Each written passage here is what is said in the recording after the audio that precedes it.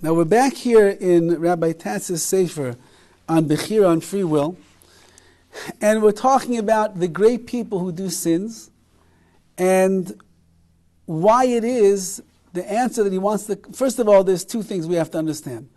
Number one, if the person was so great, why was he sinning? The greater the person, we expect more from them. We expect them not to sin.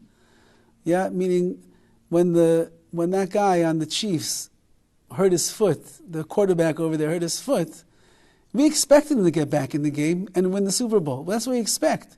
He's the MVP of the whole NFL.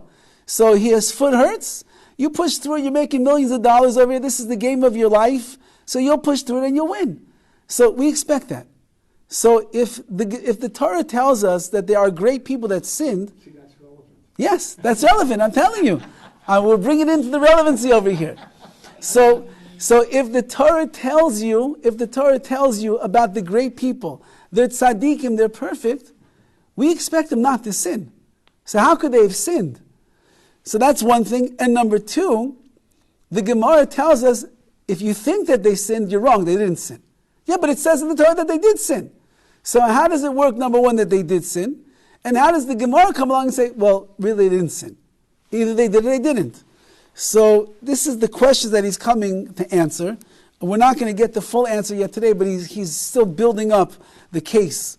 And remember, we spoke about this idea of Yeridas Hadoros, the generations are going down in every single generation. We're getting farther and farther and farther away from Har Sinai, farther away from the source of what makes the Jewish people, that experience by the mountain, where we all were elevated to the level of prophets and we heard the voice of Hashem and we were on the heightened level of spirituality. And the farther back the generations go, the closer they are to that, that means the holier people they're going to be. So he says like this, the resolution of this problem lies in understanding that the Torah judges each generation's failures at its level. So each Torah hero at his. So whoever that person was, that's where they're being judged. Which means that what? The Torah holds its great personalities accountable at their level of greatness. So when it declares that King David sinned, the Torah says, King David sinned, Dovid HaMelech did something wrong. That means at his supreme level, he was guilty. Okay, so he was guilty. He made a mistake. He did something wrong. He's the MVP of the Torah. So on his level, he did something wrong. So then, why are we not allowed to say that he did something wrong? Why does the Gemara come along and say, no, you thought he did something wrong? He didn't do something wrong. Why? Hashem judged him on his level. So he says that it's the only meaningful standard by which to judge an individual's personal behavior is that individual standard. An amateur is going to get judged according to his standard. And then it's going to have to be obvious, as he's going to point out, what right does the amateur have to judge the professional? Everybody sits around and they're the armchair quarterback, and they're calling shots, and they're telling this guy who's the MVP everything that he's doing wrong, but you never stepped on the turf a day in your entire life. You don't even know what the pressure is. You don't even know what the intensity of that front line of a bunch of 350-pound giants is chasing after you and screaming and yelling, and the fans, 100,000 people. You don't even know what that's like. You don't know the pressure of trying to find your receiver open in the touchdown over there, in the end zone, to get the ball to win the game. You don't know what that's like. So how can you, sitting there with your beer in one hand and your chips and dip in the other hand, while you're scrolling down to see if you're winning or you're losing your money, how can you tell the guy what play to make? He's the professional, you're the amateur. Dovid HaMelech is the professional. We're the amateurs, we can't even compare ourselves. So what right do we have to tell the pros of what to do? And that's really what he gets into right now. Because when the Talmud says that anyone who says that David sinned is mistaken, the meaning is that a judgment made from the vantage point of one level about another is likely to be categorically inaccurate. Meaning Hashem can judge Dovid HaMelech because he understands. But I'm 2,500 years later, living in Tarzana, California, I can't even imagine the life of Dovid HaMelech. So how could I judge? So he says, imagine the following scenario. He says you have two world-class renowned brain surgeons, and they're operating on a difficult and a delicate case. And there's a junior medical student who's standing around watching as he's training to become a brain surgeon himself. At a critical moment in the surgery, one of the surgeons makes a minute slip, and he inappropriately cuts a very small nerve that has serious consequences in the surgery going on. The other surgeon, who's also world-class, he berates him and he says, "You careless fool. Who knows what damage he just caused."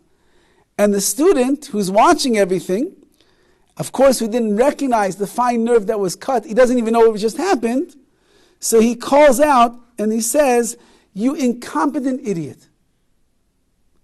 So, says Rabbi Tatz, what happened here is that the surgeon made an error.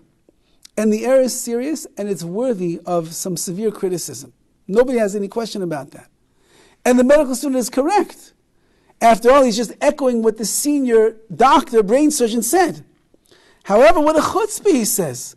Criticism of a great authority by an equal, that's in order.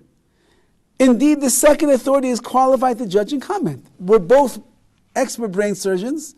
You made a mistake. I'm going to comment to you right now because you just made a grave error. But the criticism by a junior is entirely inappropriate. Despite the fact that the critique happens to be correct, it's totally out of place coming from one who is unable to access the level of challenge and difficulty that occasioned the error. So one brain surgeon to another, he understands what went wrong, he's entitled to make a comment. The junior who's standing on the outside, who doesn't even understand the difficulty of the surgery that's going on, he certainly doesn't understand the mistake that was made. It's a total chutzpah for him to come and even make a comment and make a statement. That's one case that Rabbi Tatz says. Another case. Imagine you have a youngster who leaves school at the age of 16 years old, and he takes a job in a major international oil prospecting company. His work is he prepares tea for the boss, and he posts the mail. That's all that he does. Not a major job. On one particular day, he sees a news headline announcing that his company is going to spend millions prospecting for oil in a third world country. And his immediate comment is, fools, they're going to lose all their money. Of course no one pays attention to this less than amateur opinion. The boss hears this, okay, this guy doesn't know what he's talking about. So what happens?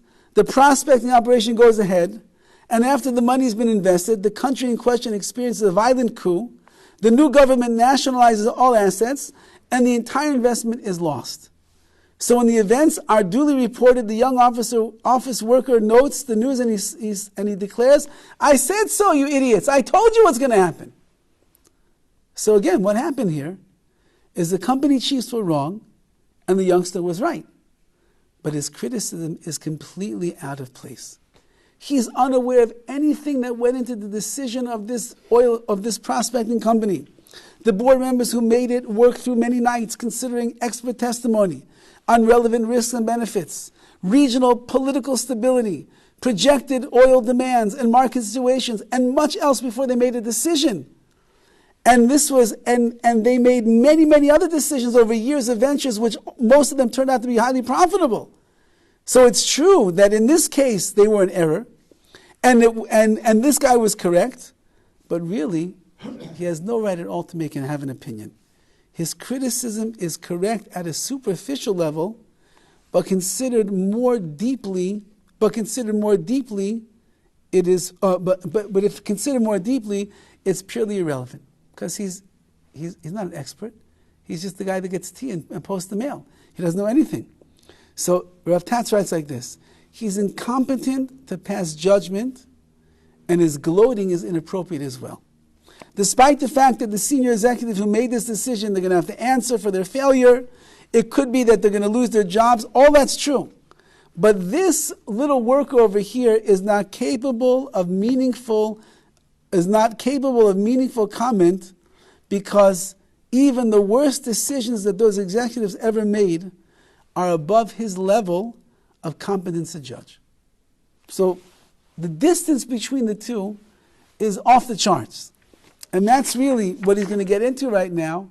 This is going to allow us to understand how the great people of previous generations made mistakes, but how we ourselves, on the low levels that we are on, we're not on the same plane, don't have a right to accuse or to belittle or to criticize what great people, for example, like Dovid HaMelech, and we'll see others, what they did. We'll save that for the next time. We'll see you on Wednesday morning. Thank you.